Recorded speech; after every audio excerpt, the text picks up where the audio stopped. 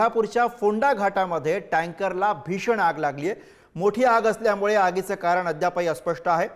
दाजीपूरपासून काही किलोमीटर अंतरावरती घाटामध्ये टँकरनं अचानक पेट घेतला। घाटाच्या दोन्ही बाजूंनी वाहतूक त्यामुळे थांबवण्यात आलेली आहे। आगीची भयंकर दृश्य आपण बघतोय।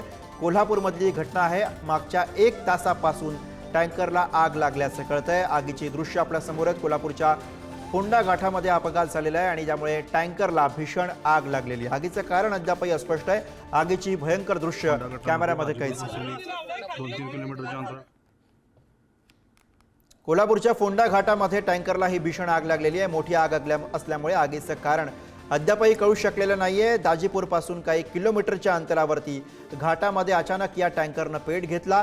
घाटाच्या दोन्ही बाजूनं वाहतूक सध्या थांबवण्यात आल्याची माहिती मिळते। मागच्या तासाभरापासून ही टँकरला आग लागलेली आहे। कोल्हापूरमधनं ही मोठी बातमी आपण बघतोय। कोल्हापूरमधल्या या आगीची दृश्य आपल्या समोर।